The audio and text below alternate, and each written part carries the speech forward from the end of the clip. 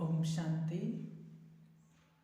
जनवरी मास हम सबको विशेष ब्रह्मा बाबा की स्मृतियाँ दिलाता है और ये स्मृति दिवस सोच समृद्धि दिवस है, शक्तियाँ पाने का विशेष दिवस है। पूरा ही जनवरी मास हम सब योग तपस्या का विशेष अनुभव करते हैं।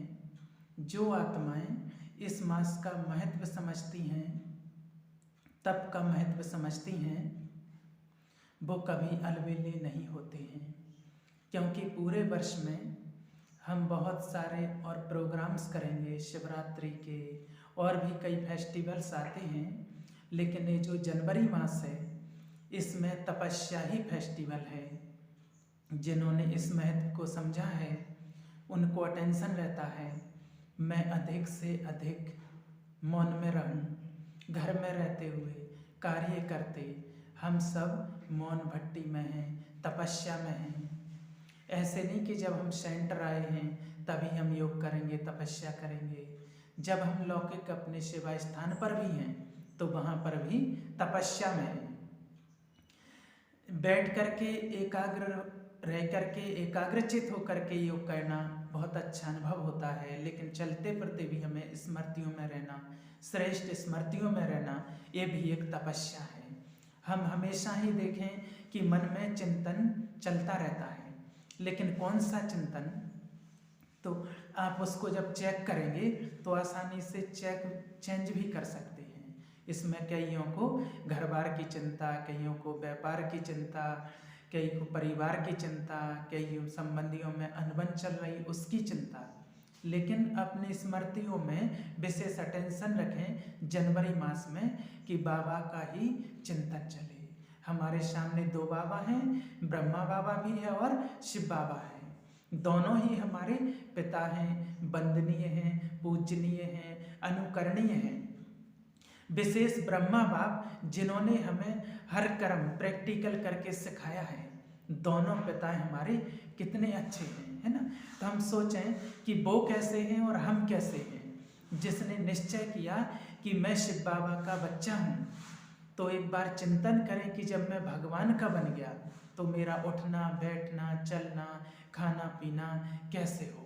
गहराई से चिंतन करें कि जब मैं भगवान का बच्चा बन गया, मैंने उसको पहचान लिया, उसने मुझे पहचान लिया। विश्व की करोड़ों आत्माओं में से भगवान की नज़र मेरे ऊपर पड़ी। जब उसने मुझे अपना बनाया, जब मैंने निश्चय किया कि मैं बाबा का, तब मेरा उठना बैठना चलना कैसे है। क्या मैं वैसा ही हूँ जैसा बाबा चाहता है। जैसा हम देखते हैं जनवरी मास में विशेष ब्रह्मा बाबा के जो चरित्र हैं हम उनका स्मरण करते हैं। वैसे तो ब्रह्मा बाबा की गाथा कहते हैं, जितना हम उसके ऊपर प्रकाश डालें, जितना चिंतन करें उतना ही कम है, क्योंकि ब्रह्मा बाबा की संपूर्ण जीवन कहानी तो हम इतना जल्दी उसको सुना नहीं सकते हैं और ना सब सुन समझ सकते हैं। इसलिए कुछ विशेष स्मृतियाँ जो बाबा की हैं उन पर हम विशेष आज प्रकाश डालेंगे, जो बहुत सबको अति प्रिय लगती हैं। जो बाबा की कुछ ऐसी आदि पिता ब्रह्मा आदि देव हैं। यही वो आत्मा है जब कभी सतयुग में श्री कृष्ण थी और जन्म पुनर्जन्म लेते हुए ये लास्ट में प्रजापिता ब्रह्मा बनी। ब्रह्मा नाम शिव बाबा ने दिया, उनको लौकिक से नहीं मिला, किसी व्यक्ति से नहीं मिला, निराकार शिव बाबा ने इनको प्रजापिता ब्रह्मा नाम दिया। इस कर्म भूमि पर होते उन्होंने विशेष कर्म करके दिखाया, है ना। 1896 में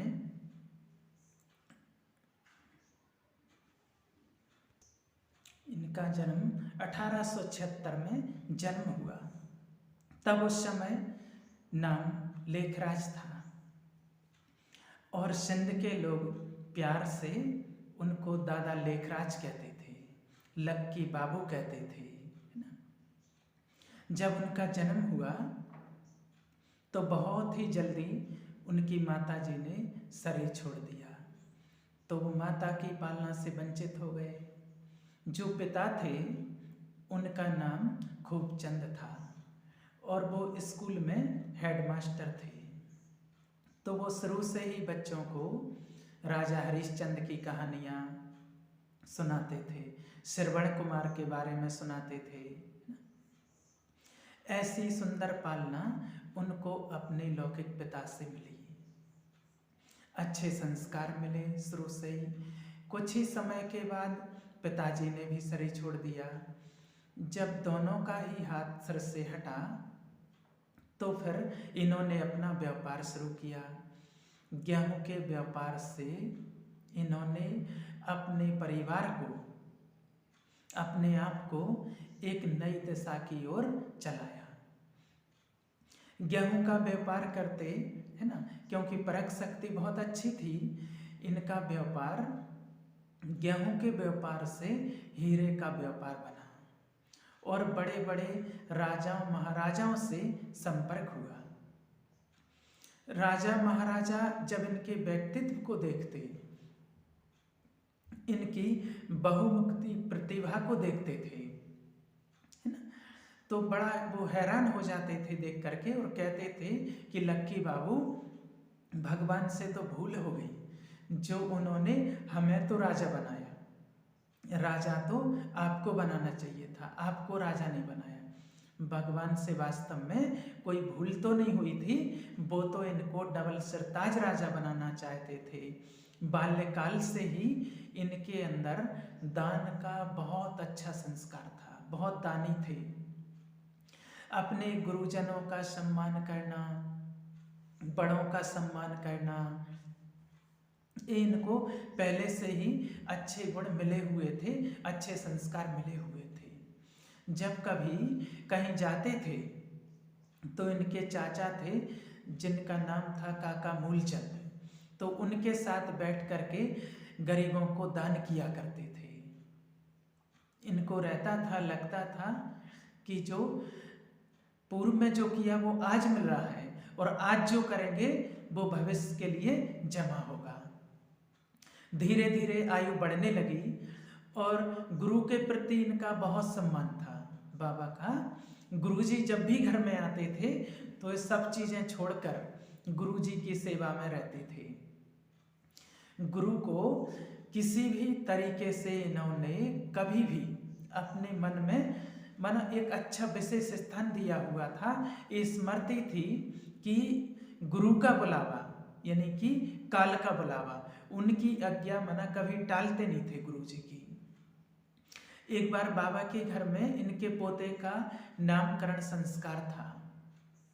उस समय सभी राजा महाराजाएं पहुंचने वाले थे बाबा के घर में, लेकिन अचानक गुरुजी का बुलावा आ गया। एक तार आई और उन्होंने कहा अपनी लौकिक पत्नी थी जसोदा जी को कि जसोदा फटाफट मेरे कपड़े निकालो, ड्राइवर को बुलाओ और मैं जाता हूँ। जैसे ही इन्होंने जसोदा जी को बोला तो उन्होंने कहा कि कोई जाने का समय थोड़ी है, हमारे यहाँ तो सभी राजा महाराजा लोग सब आने वाले हैं, सभी पहुँच रहे हैं, रिश्तेदार सभी आ रहे हैं, ऐसे में आपका रहना तो बहुत ज़रूरी है, आप आगे फिर कभी चले जाना। तो उन्होंने बहुत सुंदर जवाब दिया, कहा जसोदा अगर इस समय मुझे काल लेने आ जाए तो क्या तुम काल को कहोगी कि आज मेरे पोते का नामकरण संस्कार है, आज रुक जाओ। तो वो शांत रह गई बेचारी और वो तुरंत उसी समय चले गए अपने गुरुजी के पास। गुरुजी ने बुलाया था उनके शिष्य को, कोई घाटा हो गया था तो उनको लगा कि लक्की बाबू इस पूर्ति को कर सकते हैं, इस क्षति को पूरा कर सकते हैं। तो ऐसे गुरुजी का उन्होंने हमेशा ही सम्मान किया। जब गुरुजी इनके घर में आते थे तो स्पेशल ही एक पहरेदार रखते थे कि कहीं कोई आराम में, गुरुजी के आराम में किसी प्रकार की कोई दिक्कत ना हो, है ना, कि वो गुरुजी विश्राम कर रहे हों, अचानक कोई कुत्ता ना आ जाए, कोई और आवाज ना आ जाए, इतना ध्यान रखते थे। और गुरुजी ने कुछ भी कहा, गुरुजी के सम्मान के लिए कोई चीज कुछ भी कितनी भी महंगी क्यों ना हो, लेकिन गुरुजी के लिए लेकर के आते थे। इनकी आयु जब करीब 60 वर्ष की होने लगी, तब यशोदा जी ने कहा हमने बहुत धन कमा लिया और हम किसी आश्रम में बैठ करके दान करते हैं। तो फिर इन्होंने कहा कि अभी तो बहुत समय पड़ा है, ऐसा कहा बाबा ने, अभी तो बहुत समय पड़ा है, कुछ और धन कमा लेने दो, फिर हम अच्छी तरह से बैठ करके दान करेंगे, है ना। कहते हैं कि नर चाहत कुछ और है, नारायण के मन कुछ और है। तो इनका मन हुआ कि मैं और कमाऊं, फिर खूब दान करूंगा। लेकिन अचानक फिर बाबा को विष्णु चतुर्भुज का साक्षात्कार हुआ। सबसे पहले इन्होंने वो चित्र देखा, साक्षात्कार किया विष्णु चतुर्भुज का, और अचानक इन्हें आवाज आई, अहम विष्णु चतुर्भुजम, तत्व मैं विष्णु चतुर्भुज हूं, तुम्हें ऐसा बनना है। ये मना सोच में पड़ गए कि मैं तो व्यापारी हूँ, हीरे जवाहरात का व्यापारी हूँ, व्यापार करता हूँ, परिवार की पालना करता हूँ, मेरे ऊपर इतनी जिम्मेवारी है, मैं कैसे विष्णु बन सकता हूँ, है ना। तो सोचने लगे और फिर उन्होंने ये बात अपने गुरुजी को बताई कि गुरुजी ऐसा ऐसा हुआ। जब गुरुजी को बताया कि ऐसा ऐसा साक्षात्कार हुआ, तो गुरुजी के हाव भाव से लगा कि इनके बस की बात नहीं है, ये कोई और ही शक्ति है जिसने साक्षात्कार कराया है। लेकिन इनके लिए चिंतन का विषय था कि कौन मुझे साक्षात्कार करा रहा है। फिर उन्होंने महाविनाश का दृश्य देखा, एकदम देखा चारों तरफ मूसलाधार बारिश हो रही है, कहीं बम फट रहे हैं, कहीं पर आग लग रही है, कहीं लड़ाई झगड़े हो रहे हैं, सब ये चीजें देख करके और एकदम इनका मन ऐसे व्यतीत हो उठा कि इस विनाश में सहन नहीं कर सकता, प्रभु मुझे अपना मोहिनी रूप दिखाओ, मैं सहन नहीं कर सकता। जैसे विनाश का साक्षात्कार किया और अपने व्यापार से इनका मन एकदम उठ गया, है ना। हीरे जवाहरात का बहुत अच्छा व्यापार था, लेकिन लोगों के साथ संबंध संपर्क भी बहुत अच्छे थे, विशेष बड़े बड़े राजा महाराजाओं से संपर्क थे, है ना, उदयपुर के और भी कई स्थानों के, नेपाल के कई जगह के राजाएं आते थे और जिनके साथ इनका लेन देन चलता था। लेकिन इनका मन व्यापार से एकदम उठ गया। जैसे विनाश का साक्षात्कार हुआ, लगा कि अब मैं क्या करूंगा, और सब अपना व्यापार समेटना शुरू कर दिया। और साथ में ही फिर इनको स्वर्ग का साक्षात्कार हुआ, तो उन्होंने क्या देखा कि ऊपर से सितारे आते हैं और नीचे आकर के कोई राजकुमार बनता है, कोई राजकुमारी बनते हैं, और पीछे से फिर आवाज आती है, ऐसी दुनिया तुम्हें बनानी है, ऐसी दुनिया तुम्हें बनानी है। तो फिर इनका चिंतन फिर से चला कि मैं कैसे बना सकता हूँ ऐसी दुनिया। अकेला चला क्या भान पड़े, मेरे अकेले की बात कौन सुनेगा, मैं अकेला क्या करूँगा, मैं ऐसी दुनिया कैसे बनाऊंगा, ऐसा चिंतन चलने लगा। जब इनको कुछ समझ में नहीं आ रहा था तो फिर एकांत में चले गए, एकांत में चले जाते थे, बहुत सोचते थे कि साक्षात्कार कैसे हो रहा है, कौन करा रहा है, कैसे होगा, है ना। एक बार की बात है, बाबा के घर में सत्संग हो रहा था, इनके घर में सत्संग हो रहा था, काफ़ी बड़ा मकान था, गुरुजी आए थे जिसमें करीब 1000 लोग बैठ सकते थे। सत्संग के बीच में बैठे बैठे एकदम ऐसे बेचैन से हो रहे थे, ऐसा मना कभी नहीं हुआ, बेचैनी सी हुई, और कभी सत्संग से उठ के नहीं जाते थे, और जब बेचैनी हुई तो सत्संग से उठ करके और अपने कमरे में चले गए। अपने कमरे में गए तो पीछे पीछे इनकी पत्नी जसोदा चली गई, और इनकी पुत्र वधू राधिका जिनका नाम था, दोनों ही सोचने लगी कि ऐसा तो कभी नहीं हुआ कि सत्संग से उठ करके और चले जाएं। और दोनों फिर सास बहू जब कमरे में पहुंची तो उन्होंने क्या देखा, बहुत सुनने वाली, अटेंशन से सुनने वाली बात है, पूरा कमरा प्रकाश से भरा हुआ है। उन्होंने देखा है ना। जो राधिका जी हैं उनकी पुत्रवधू जिनका बाद में नाम ब्रजेंद्रा पड़ा, जैसे उनने कहा कि जैसे मैंने देखा, जैसे मैं गई तो पूरा कमरा प्रकाश से भरा हुआ था।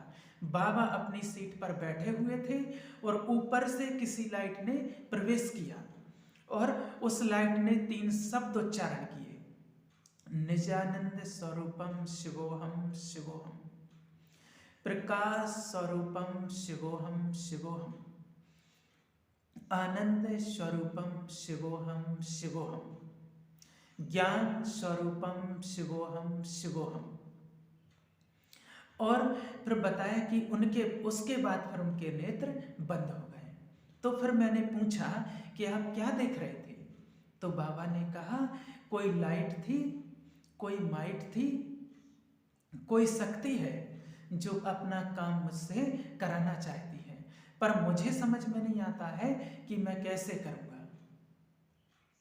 ये तीनों साक्षात्कार जब हुए तो उसके बाद बाबा को ये निश्चय हुआ कि जो कार्य है वो निराकार परमात्मा का है, मैं तो केवल निमित्त मात्र हूँ, है ना। वो आएंगे, स्वयं आकर के ज्ञान सुनाएंगे, मैं केवल उनका माध्यम हूँ। ब्रह्मा बाबा ने, दादा लेखराज ने अपने नाम को माना शिव बाबा के आगे मन वचन कर्म से एकदम संपूर्ण समर्पित कर दिया। फिर जब तीसरा साक्षात्कार हुआ जिसमें निश्चय हुआ कि ज्योति बिंदु शिव बाबा का कार्य है, वो निराकार परमात्मा आनंद का सागर, सुख का सागर है। इनको पक्का निश्चय होते ही इनका जीवन एकदम निश्चिंतता की ओर चलने लगा। उससे पहले लगातार इनके मन में चिंतन था कि क्या होगा, कैसे होगा, कैसे नई दुनिया बनेगी, मैं क्या कर पाऊंगा, कुछ समझ में नहीं आता था। लेकिन जैसे ये साक्षात्कार हुआ तो इनका मन एकदम शिव बाबा पर संपूर्ण रूप से निश्चय बुद्धि हो गया। और उसके बाद इन्होंने अपने भागीदारी, जिनके साथ इनका बिजनेस चलता था, जिनका नाम सेवाग्राम था, उनको कहा कि आप अपने आप ही हिसाब करा लें, मैं अब कोई भी इंटरफेयर बीच में नहीं करूंगा, आप हिसाब करा लें, जो कुछ भी बनता हो वो स्वयं ही मुझे दे देना, मुझे कोई आपत्ति नहीं, लेकिन अब मैं ये धंधा आगे नहीं करना चाहता हूँ। तो उन्होंने कहा आप क्या हुआ आपको, मैं तो किसी को पहचानता ना हूँ, है ना। तो इन्होंने कहा खजाना मिल गया, चाबी मिल गई, पा लिया, है ना। और भी कई सारे पत्र लिखे, खजाना तो बहुत है, पा रहा हूँ, ऐसे करके परिवार वालों के पास भी ऐसे पत्र लिखते थे, है ना। और उसको कहा अल्फ को अल्लाह मिला, बे को मिली बादशाही, आई तार अल्फ की, हुआ रेल का राई। जैसे शिव बाबा की तार आई तो मैं भी उसी मार्ग पर चल पड़ा। उन्होंने अपने मन बुद्धि को व्यापार से एकदम समेट लिया और धीरे धीरे काफी लोग सत्संग में आने लगे। 350 के करीब तो लोग थे ही जो रेगुलर सत्संग में आते थे, है ना। कभी कभी सत्संग होता था तो बहुत सारे लोग आ जाते थे, लेकिन 350 लोग तो ऐसे थे जो सिंध हैदराबाद में प्रतिदिन सत्संग सुनते थे और बाबा ओम की ध्वनि करते थे और सब कहते थे ओम बाबा, माना सब बाबा को ओम बाबा कहते थे, है ना। जगदम्बा माँ जिनका चित्र हम देखते हैं, है ना, ओम राधे, सबके नाम के साथ उनको ओम बोलते थे तो ओम राधे बोलते थे उनको। बाबा सभी को ओम की ध्वनि कराते थे, क्योंकि ओम की ध्वनि कराने से कहते हैं मन एकदम रिफ्रेश हो जाता था, है ना। तो बाबा जैसे शुरू होता था सत्संग तो ओम की ध्वनि कराते थे। बाद में जब सत्संग पूरा होता था तब भी बाबा ओम की ध्वनि कराते थे, है ना। तो जैसे ही ओम ध्वनि होती थी तो एकदम सब ध्यान में मगन हो जाते थे। किसी को स्वर्ग का साक्षात्कार होता था, है ना। उस समय जो भी कोई आते थे तो उनको स्वर्ग का साक्षात्कार होता था। किसी को अपने आप श्री कृष्ण के रूप में देखते थे, कोई अपने राधे के रूप में देखते थे, है ना। एकदम ध्यान मगन अवस्था में देखते थे, एकदम जैसे कि देह और दुनिया को एकदम भूल जाते थे। कुछ लोग ऐसे थे, कुछ जो सत्संग पसंद करते थे, और कुछ ऐसे भी लोग थे जिन्हें ये सब अच्छा नहीं लगता था, सत्संग पसंद नहीं करते थे। तो वहां पर दो मंडलियां बन गई थी, एक ओम मंडली और दूसरी एंटी ओम मंडली। एंटी ओम मंडली वाले तरह तरह के विघ्न डालते रहते थे, यज्ञ में सत्संग में विघ्न डालते थे, यहाँ तक कि हत्यारों से भी बाबा को मरवाने की कोशिश की गई उन्होंने की, यहाँ तक कि सत्संग भवन को आग लगाई गई। सोचो, बहुत कुछ हुआ उस टाइम पर, लेकिन बाबा कभी भी अपने निश्चय से डगमग नहीं हुए। सीखने वाली बात थी कि मना बाबा के पास कुछ भी ऐसे कोई सैंपल भी नहीं था, लेकिन बाबा इतना एकदम अचल अडोल थे कि कितने भी विघ्न आ रहे थे, लेकिन बाबा को लगता था जिसका साथी है भगवान उसको क्या रोकेगा आंधी और तूफान, है ना। तो सत्संग में आ रहे थे लोग, उन्हें सुनना पड़ता था, सहना पड़ता था, है ना। बहुत मार खानी पड़ती थी, कई कई दिनों तक उनको घर में बंद कर दिया जाता था। कि जो आज हमारी वरिष्ठ दादियां हैं, है ना, उनमें से अभी तो अधिकतर ने तो शरीर छोड़ दिया है ना। अगर उनकी गाथाएं आप उनके मुख से सुने या फिर स्वयं पढ़ें उनके जीवन वृत्तांत, है ना। बहुत अच्छे अच्छे परिवारों से थी दादियां सभी, लेकिन इनके सामने एक ही प्रश्न था, कहो या तो हम शादी करते हैं या तो नहीं, फिर घर में बंद कर देते। उनको लगता था परिवार वालों को कि सबके सामने हमारा अपमान होगा कि हमारी बेटी शादी ना करे, है ना। कई कई दिनों तक उनको घर में बंद कर देते थे, भोजन भी नहीं देते थे, है ना। लगता था कि मना 7 दिन के बाद तो मृतक ही निकलेंगे, जीवित ही नहीं निकलेंगे, है ना। तो लेकिन उनको नहीं पता था कि ये प्रभु प्यार की लगन में एकदम मगन रहती थी, है ना। तो जब उनको पता रहता था कि भाई ये घर में बंद हैं, तो एक दूसरे को मदद करते थे, भोजन देने में, बाबा की मना मुरली पहुंचाने में, ऐसा मना मदद करते थे। लेकिन जितने भी विघ्न आए, सभी विघ्नों में उन्होंने अपने आप को मजबूत रखा कि हमारा हाथ भगवान ने पकड़ा है और हमारा कुछ भी अकल्याण नहीं हो सकता है, क्योंकि भगवान कल्याणकारी है। 100% जब हमारा हाथ कल्याणकारी के हाथ में है तो अकल्याण तो हो नहीं सकता है। बहुत सारे विघ्न बाधाओं को, समस्याओं को पार करते हुए 5 मई 1950 को माउंट आबू आए, तो बाबा ने कुछ स्थान लिए, जिसमें से ब्रज कोठी है, और भी कई सारे स्थान हैं जो बाबा ने बच्चों के लिए। बाबा ने हॉस्टल खोला, बोर्डिंग खोला, बच्चों को बहुत सारी अच्छी अच्छी शिक्षाएं दी, जिनको आज हम दादी कहते हैं। अभी तो हमारे सामने हमारे बीच में दादी रतन मोहिनी जी हैं, उससे पहले गुलजार दादी जी, जानकी दादी जी, और भी मनोहर दादी जी, है ना। सब दादियाँ आए, वो सब बाल अवस्था में ही आए। दादी प्रकाशमणि जी की भी आयु बहुत कम थी। मातेश्वरी जी की मम्मा की उम्र सबसे ज़्यादा 16 वर्ष थी, बाकी सब उनसे छोटे छोटे थे। तो बाबा ने इन्हें ज्ञान दान, गुणदान, शक्तियों का दान, कर्म का ज्ञान, सब कुछ दिया, सब कुछ सिखाते थे। दादी जी सुनाया करते थे, दादी गुलजार जी, हम सब ऐसे रहते थे जैसे प्रिंस प्रिंसेस, राजकुमार राजकुमारी रहते हैं।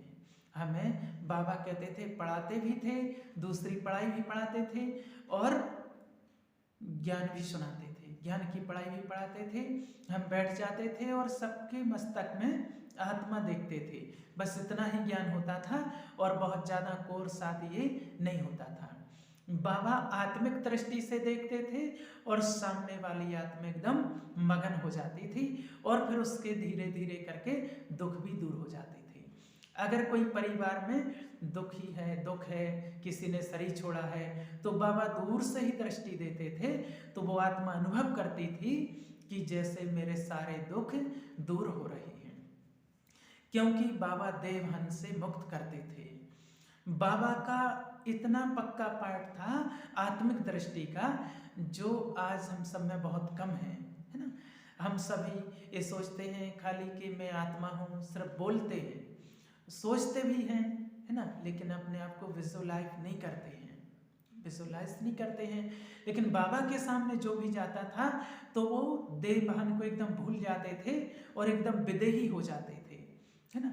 बहुत सी आत्माएं मधुबन में भी मिलते हैं तो कहते हैं बाबा के सामने जाने से ही बाबा ऐसी दृष्टि देते थे कि उस दृष्टि में ही सब सुख समाये हुए होते थे, हलचल से भी एकदम मुक्त हो जाते थे। जैसे किसी ने शरीर छोड़ा तो बाबा के सामने वो आई माता और रोने लग गई, तो बाबा ने कहा क्या हो गई, क्या हो गया, कौन हो? तो फिर उन्होंने कहा मैं तो विधवा हूँ। तो फिर बाबा ने कहा नहीं, आप कौन हो? तो फिर से उसने कहा कि मैं विधवा हूँ। तो बाबा ने फिर बोला नहीं, मैं पूछता हूँ कि आप कौन हो? तो उसने कहा कि मैं एक नारी हूँ। नहीं। तो फिर बाबा ने कहा कि नहीं, आप इस शरीर नहीं, आप एक आत्मा हो और आत्मा का पति कभी मरता नहीं है, आत्मा का पति अविनाशी है। ऐसे करके बाबा एकदम देवहन से मुक्त कर देते थे। तो बाबा ने खुद माना इतनी ऐसी प्रैक्टिस की। बाबा ने की बहुत सारी ऐसी डायरियाँ मिली जिसमें नाम सहित लिखा हुआ है कि राधिका आत्मा है, जसोदा आत्मा है, मैं आत्मा हूँ, है ना। बाबा बैठे बैठे अपने हाथों को देखते थे कि मेरा हाथ है ना, मैं हाथ नहीं हूँ, मैं इससे अलग हूँ। बाबा ऐसा अभ्यास करते थे, है ना। जैसे ब्रह्मा बाबा ने अभ्यास किया है, हम सभी भी ये पाठ सीखें कि इस पाठ में परम सुख समाया हुआ है।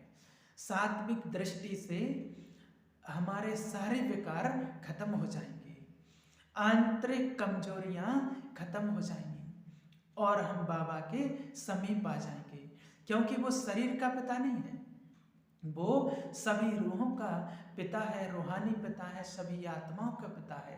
जैसे बाबा का सबके प्रति संभाव रहा, कैसा भी था, कोई भी था, सबको आत्मिक दृष्टि से बाबा ने देखा।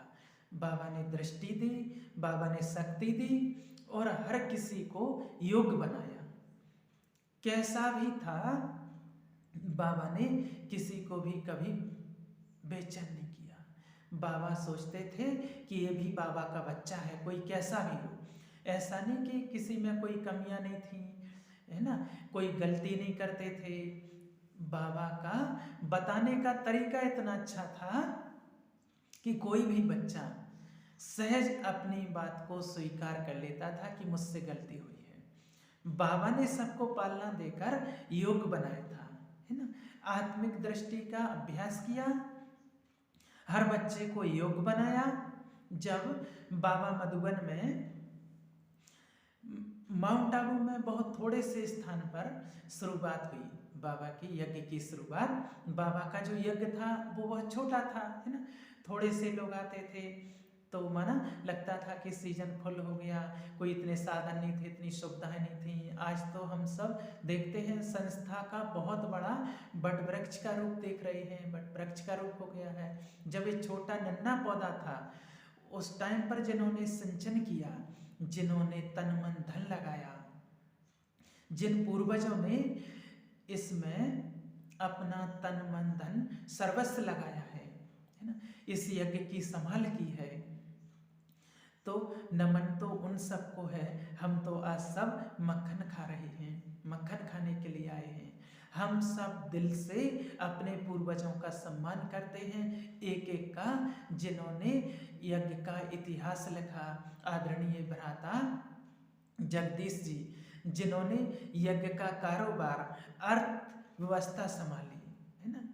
आदरणीय भ्राता रमेश जी, जो भी हमारे और वरिष्ठ जन, हमारी दादियाँ, जिन्होंने सेवा करने के लिए मधुबन से बाबा ने उनको भेजा कहीं भी, तो माना कहते थे कि हमारा दिल नहीं होता था, लेकिन बाबा कहते थे कि नहीं, तुम भारत तो क्या पूरे विश्व में भी जाना है और बाबा का संदेश देना है। और दादियाँ कहती थी कि हम सब छिप जाते थे, और दादी कहती थी कि बाबा कहते थे दिल्ली यमुना किनारे जाके सेवा करनी है। मनोहर दादी सुनाती थी कि जब हम आए तो हमारे पास किराया भी नहीं होता था। सोच कर देखिए वो दिन, है ना। उनके पास कोई भी यात्रा करने के लिए पैसे नहीं है, खाने के लिए भोजन नहीं है ना। और बाबा ने जितना भी तन मन धन था सब अपना इस यज्ञ में, सेवा में लगा दिया था। 350 लोगों के लिए, है ना। 350 लोग अगर लेंगे एक व्यक्ति के द्वारा कमाया हुआ, तो कितना दिन चलेगा। तो फिर बाबा ने फिर परीक्षा ली और बैगरी पार्ट शुरू हुआ। जब सब खत्म हो गया, उस बैगरी पार्ट में भी, है ना, सब छांटना था उस टाइम पर कि मेरे पक्के बच्चे कौन हैं और कच्चे बच्चे कौन हैं, जिनको संशय है उसी टाइम पर। घर में तो आदत पड़ी हुई थी कि मेरे को ये चीज़ चाहिए है, ऐसा चाहिए, है ना।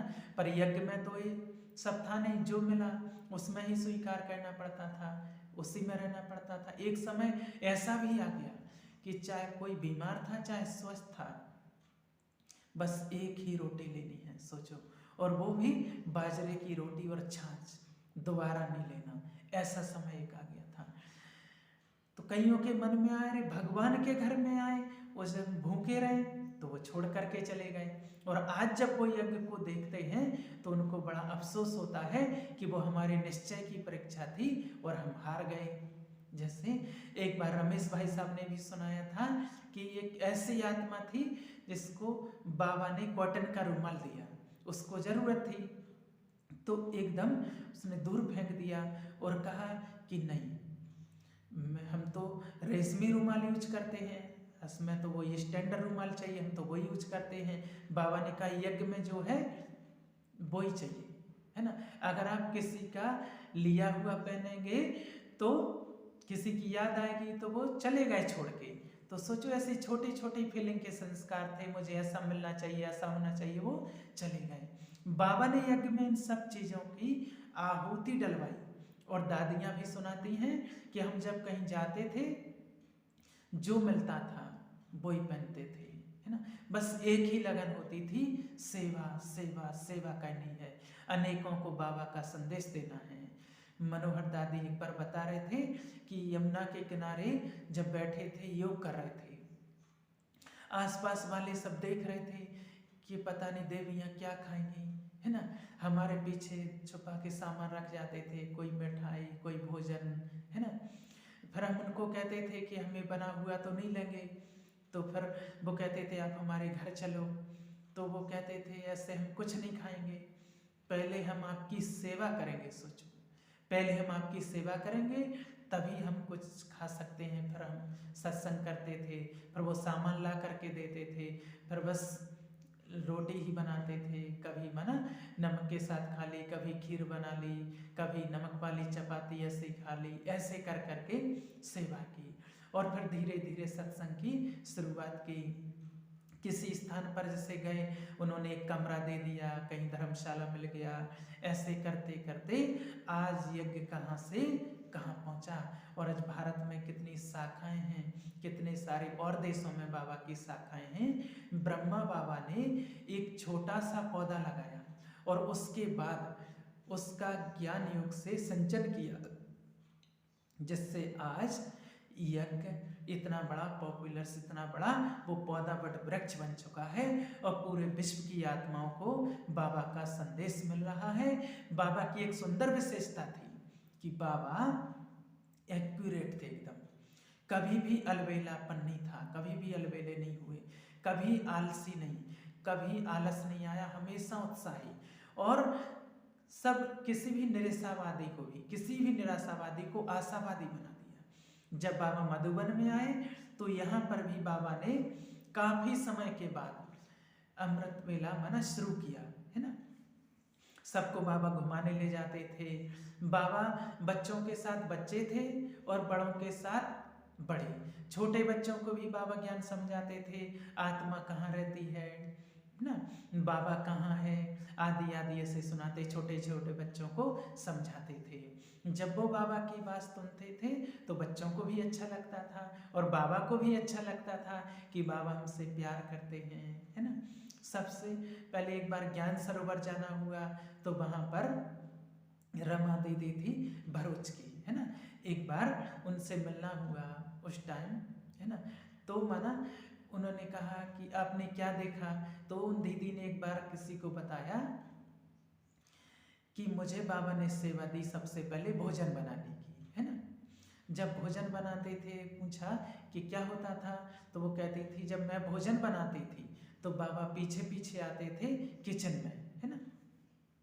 किसके लिए खाना बना रहे हो, किसी ने पूछा माना उनसे, तो वो कहती थी किसके लिए बना रहे, तो बाबा कहती आपके लिए। उन्होंने कहा कि ब्रह्मा बाबा से मैं आपके लिए, तो सोचो कि माना सोचो शिव बाबा के लिए, मेरे लिए नहीं। जब भोजन बनाते थे तो बाबा 3 बार याद दिलाने के लिए आते थे कि ब्रह्मा बाबा के लिए नहीं, शिव बाबा के लिए। माना ब्रह्मा बाबा ने अपने आप को मिटा दिया शिव बाबा को प्रत्यक्ष करने के लिए, है ना। जब ये भूल जाते हैं कि ज्ञान किसका है, यज्ञ किसका है, तो ब्रह्मा बाबा को 100% निश्चय था कि यज्ञ किसका है, शिव बाबा का। ज्ञान किसका है, शिव बाबा का। हम सब किसके बच्चे हैं, शिव बाबा के, है ना। तो ब्रह्मा बाबा शिव बाबा को याद करते थे, है ना। जिसमें आज सब अलबेले बन गए। अलबेले में हम सबका आज फर्ज बनता है कि ब्रह्मा बाबा की तरह हम सब भी आज शिव बाबा को याद करें। बाबा सोते हुए भी याद करते थे, है ना। और अगर कोई अस्वस्थ होता था तो बाबा उसको सकाश देते थे, है ना। कितनी सारी माना इतनी व्यवस्था नहीं थी यज्ञ के अंदर की दवाई मिल जाए, है ना, सब कुछ मिल जाए, इतनी व्यवस्था नहीं थी। एक बार दादी का दर्द हुआ, पेट दर्द हुआ, तो इतने पैसे नहीं थे कि दादी को गोली ला करके दे दें, है ना। तो एक टाइम पर ऐसा हुआ कि 2-3 लोगों को दिक्कत थी, तो एक बार एक टैबलेट आई और उसके 3 टुकड़े कर दिए और कहा शिव बाबा को याद करो, दे दिया और तीनों ही ठीक हो गए। तो बाबा ने शिव बाबा की याद से, योग के प्रयोग से सबको ठीक होना सिखाया ना। बाबा कहते थे कि बच्चे शिव बाबा को याद करेंगे ना तो तन स्वस्थ रहेगा, है ना। मुरली के समय कहते थे कि मुरली क्लास में जरूर आना। बाबा की जब मुरली चलती थी तो उस समय मुरली से पहले सब पहुंचते थे, है ना। बाबा का समय पर पहुंचना, सबको दृष्टि देना और बीच बीच में याद कराना कि बच्चे शिव बाबा याद है ना। बार बार माना बाबा कहते थे कि मीठे बच्चे जो आज हम मुरली सुनते हैं ना, उसमें बार बार नहीं आता है ना। उसमें माना ऐसे बताया गया, कट कर दिया गया, लेकिन बाबा की हर लाइन में आपने कभी ओरिजिनल बाबा की आवाज़ सुनी हो, उसमें हर लाइन के बाद, है ना, ऐसा नहीं होता है। बच्चे बाप को याद करना होता है, बच्चे बाप को याद करेंगे तभी विकर्म विनाश होंगे, ऐसे ऐसे करके सुनाते। तो बाबा की तपस्या थी। बाबा रात को जल्दी सोते थे, सुबह जल्दी उठते थे। तब उस समय यज्ञ का नियम था 9 बजे सो जाना, और उससे पहले कचहरी होती थी, है ना। उसमें क्या होता था, जितने भी यज्ञ वत्स हैं, किसी से कोई भूल हो गई तो उसमें सब बताते थे, है ना। बाबा भी बताते थे, मम्मा भी बैठती थी सबके साथ, है ना। किसकी भी कोई भूल हो गई तो अपनी भूल को स्वीकार करो, है ना।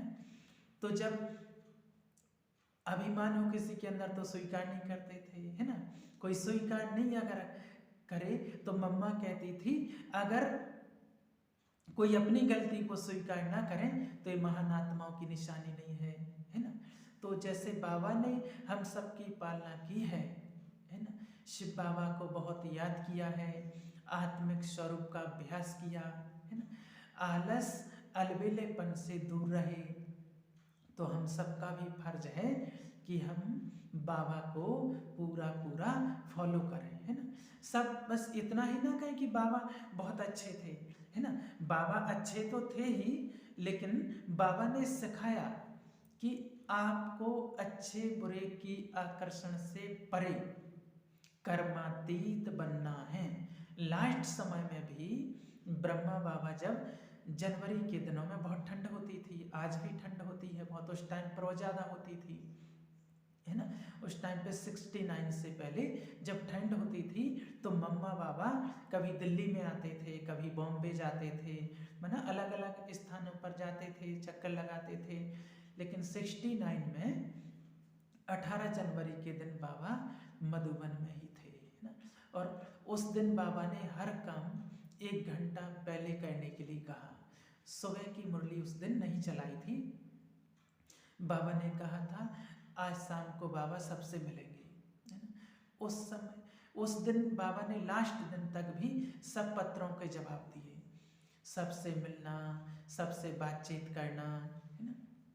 लेकिन शाम के समय जब मुरली क्लास हुई तो बाबा ने क्लास में 3 शब्द बोले, छोटे हॉल में, हिस्ट्री हॉल में ही ना। उस टाइम पर जो हिस्ट्री हॉल हम सब ने देखा छोटा, है ना।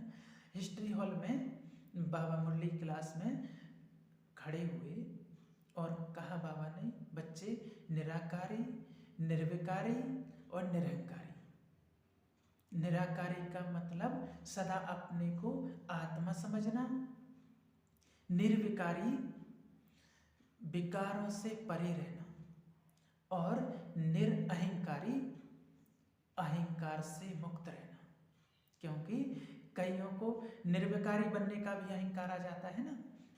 निर्विकारी बनने का अहंकार आ जाता है कि हम तो निर्विकार बन गए, किसी कोई भी अहंकार ना है ना। हम बाबा के बच्चे बने, आप अपनी महानताओं को बढ़ाएं, है ना।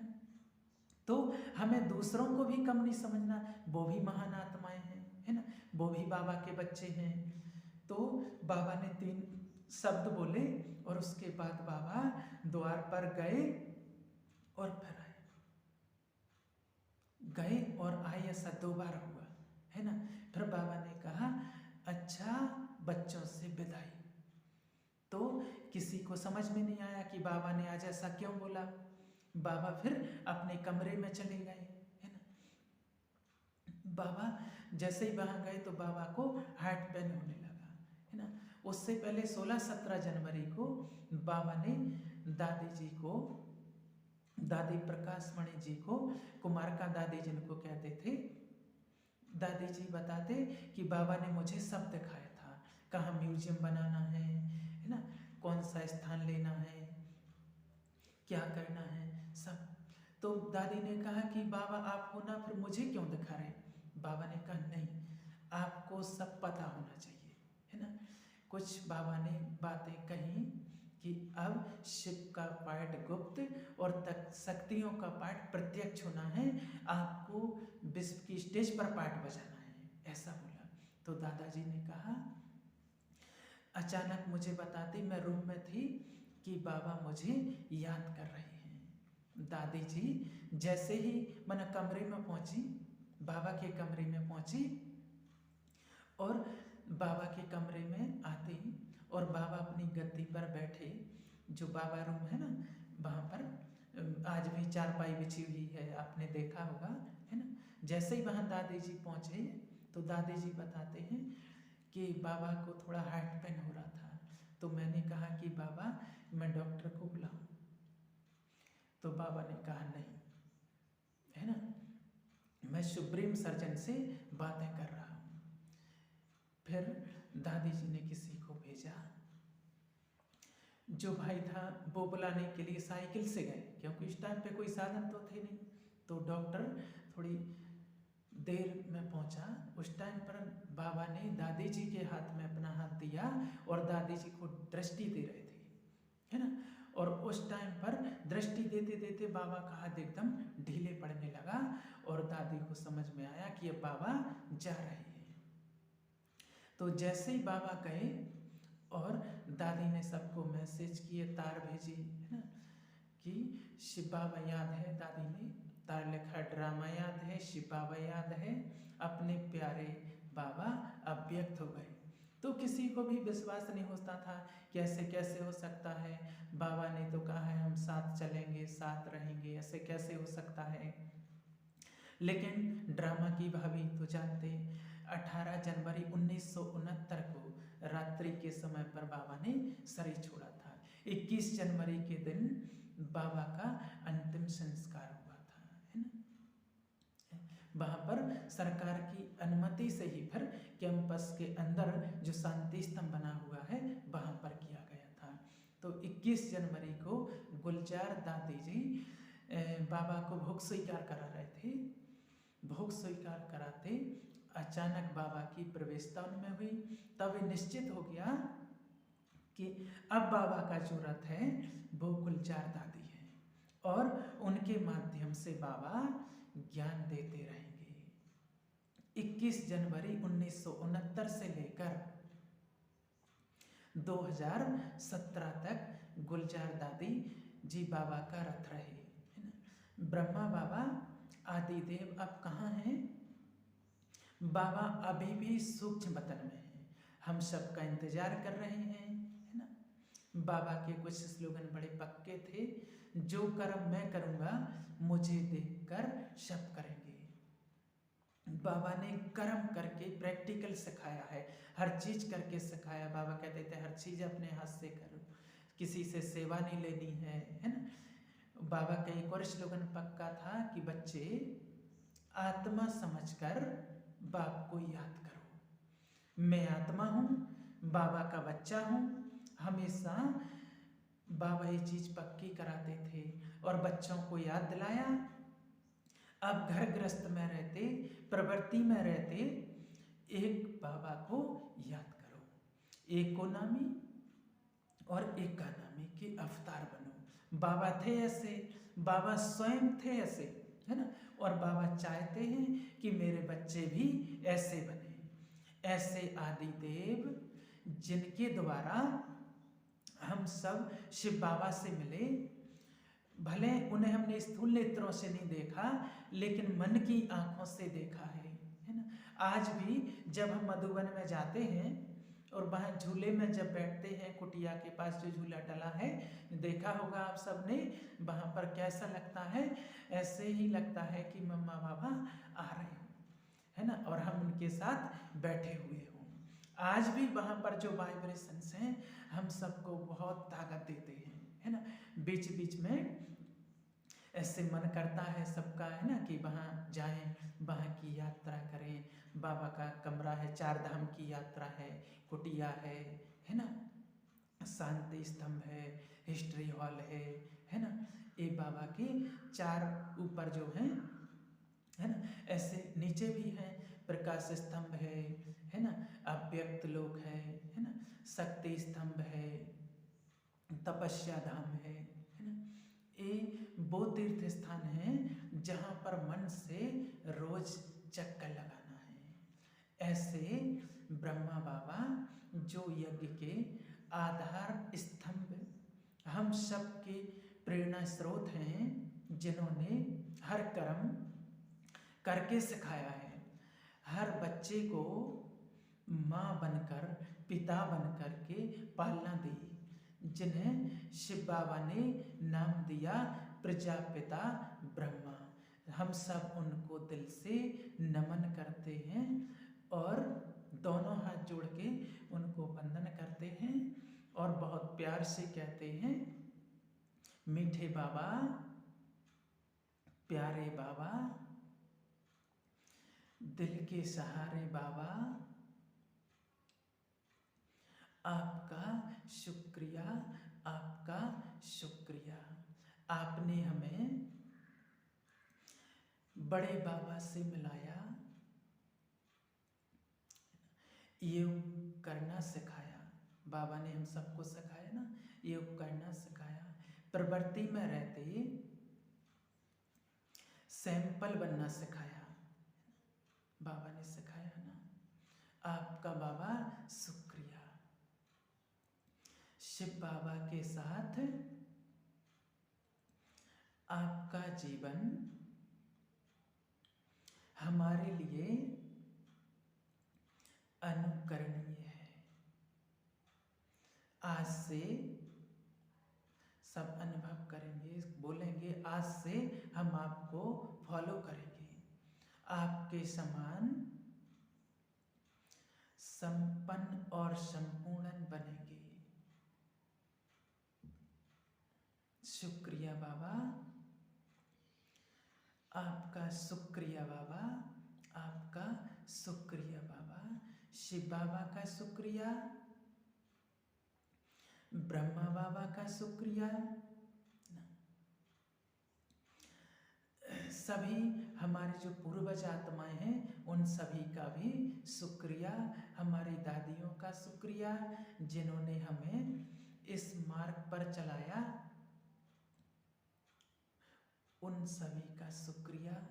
हमारे पर जो उम्मीद रखी है ना, इस यज्ञ को हमसे उम्मीद रखी ना, इस यज्ञ को हम सभी भी अपने श्रेष्ठ जीवन से सफल बनाएंगे। जो हमसे उम्मीद है बाबा की कि सफल बनाने की, तो इस यज्ञ को हम जरूर सफल बनाएंगे। शुक्रिया बाबा, शुक्रिया बाबा। आप